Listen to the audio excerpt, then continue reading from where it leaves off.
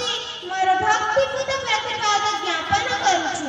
सम्माननीय सभापति महोदय, पूज्य विचारक मंडली, उपस्थित सज्जन मंडली, ज्ञाति सुज्ञानी मंडली और मोर छोट बड़ भाई भौणी माने, भारते जोत्कले देशे भूस्वर्गे पुरुषोत्तमे दारुरूपी जगन्नाथ भक्तानाम भयप्रद। आज को ठीक 125 वर्ष तले, आज को ठीक 125 वर्ष तले से दिन थिला 1899 मसिया नवेम्बर मास 21 तारिख कळ नीनादिनी पुण्यतया सळंगी तटस्थ आगरपड़ार जमीदार वासरे एक सद्य जात शिशुर कुआ कुआरा सुबिथिला। पिता कृष्णचरण दास और माता तोफा बीबी आनंदरे विभोर होई उठिथिले। प्रथम संतान को जन्म देई और प्रथमे पिता माता एबार सौभाग्य अर्जन करी। बाल्य शिक्षा परे से भद्रक हाई स्कूल रे अध्ययन कले। से प्रथम श्रेणी मैट्रिक पास कले। परे से रेवेन्सा कॉलेज रे पाठ पढुथिबा समय रे गांधीजी को डाकरे रे कॉलेज पाठपढ़ा छाड़ी स्वाधीनता संग्राम रे झांस देले। डॉक्टर हरे कृष्ण महादेवଙ୍କ कर्ममय जीवन समुद्र परे दिगंत प्रसारी और सरिता भଳି गतिशील और चलचंचल थिला। 1921 मसिया रे से जातीय आह्वान रे उद्बुद्ध होई अध्ययन विरत हेले। से गांधीजीଙ୍କ सह पदयात्रा କରିଥିବାରୁ ତାଙ୍କୁ 2 ସପ୍ତାହ କାରାଗାରରେ କରିବାକୁ ପଡ଼ିଥିଲା। ଏହିଠାରୁ ସ୍ୱାଧୀନତା ସଂଗ୍ରାମୀ ଭାବେ ତାଙ୍କର ସଂଘର୍ଷପୂର୍ଣ୍ଣ କର୍ମମୟ ଜୀବନ ଆରମ୍ଭ ହୋଇଥିଲା। ସେ ସ୍ୱାଧୀନତା ସଂଗ୍ରାମରେ ସକ୍ରିୟ ଅଂଶଗ୍ରହଣ କରିଥିବାରୁ ତାଙ୍କୁ ବହୁବାର କାରାବରଣ କରିବାକୁ ପଡ଼ିଥିଲା। ସେ ପ୍ରଥମେ ଓଡ଼ିଶାର ପ୍ରଧାନମନ୍ତ୍ରୀ ଓ ପରେ ଓଡ଼ିଶାର ମୁଖ୍ୟମନ୍ତ୍ରୀ ଓ ବମ୍ବେର ରାଜ୍ୟପାଳ ହୋଇଥିଲେ। ସେ 1917 ମସିହାରେ ସୁଭଦ୍ରା ଦେବୀଙ୍କୁ ବିବାହ କରିଥିଲେ। କବି ଓ ଲେଖକ ହିସାବରେ ଓଡ଼ିଆ ସାହିତ୍ୟ ସମାଜ ତାଙ୍କୁ ଶୀର୍ଷ ସ୍ଥାନ ଦେଇଛି।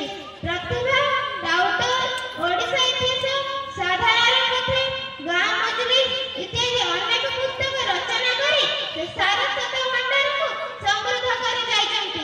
ଝଙ୍କାର, ପ୍ରଜାତନ୍ତ୍ର ଓ ମୀନା ବଜାର ତାଙ୍କୁ ଯୁଗେ ଯୁଗେ ଅମର କରି ରଖିଥିବ। ସେ ସମାଜର ପ୍ରତିଟି ବର୍ଗର ଲୋକଙ୍କ ପାଇଁ ସାହିତ୍ୟ ରଚନା କରି ଯାଇଛନ୍ତି। ତାଙ୍କର ମୁଖ୍ୟମନ୍ତ୍ରୀତ୍ୱ କାଳରେ ଓଡ଼ିଶା ସାହିତ୍ୟ ଏକାଡେମୀ ନିର୍ମାଣ ହୋଇଥିଲା। ପ୍ରଜାତନ୍ତ୍ର ପ୍ରଚାର କମିଟିର ସଭାପତି ଥାଇ ସେ ବିଶ୍ୱ ବୃତ୍ତର ପରିକଳ୍ପନା କରିଥିଲେ। ସେ ହଦଗଡ଼ ନଦୀବନ୍ଧ ଯୋଜନା, ହୀରାକୁଦ ନଦୀବନ୍ଧ ଯୋଜନା, ନନ୍ଦନକାନନ, ଭୁବନେଶ୍ୱର ନୂତନ ରାଜଧାନୀ ପ୍ରତିଷ୍ଠା ଇତ୍ୟାଦି ତାଙ୍କର ମୁଖ୍ୟମନ୍ତ୍ରୀତ୍ୱ କାଳରେ ନିର୍ମାଣ ହୋଇଥିଲା। ସେ ଓଡ଼ିଶା ଅଲିମ୍ପିକ ସଂଘର ଆଜୀବନ ସଭାପତି ଥିଲେ। ସେ ଏକ ବ୍ୟକ୍ତି ବିଶେଷ ନଥିଲେ, ସେ ଥିଲେ ଏକ ବହୁମୁଖୀ ସ୍ୱୟଂ ସମ୍ପୂର୍ଣ୍ଣ ଅନୁଷ୍ଠାନ। ସେ ଥିଲେ ପିଲାମାନଙ୍କର ଆଦରର ମକାମ। 1987 ମସିହା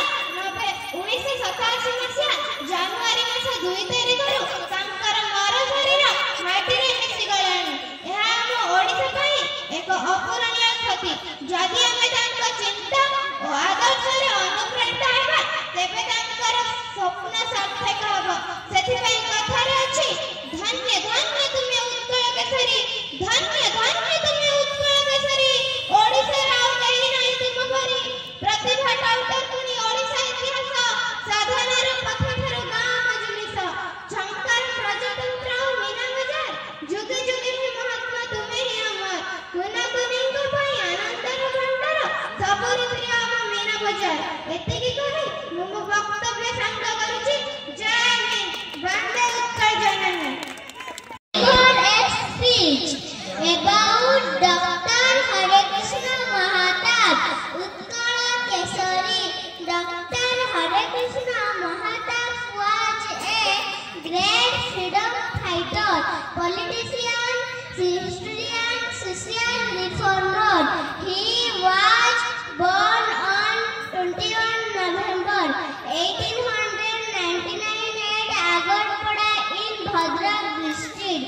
His father name is Krishna Charan Mahatab and his mother name is Tufa Devi.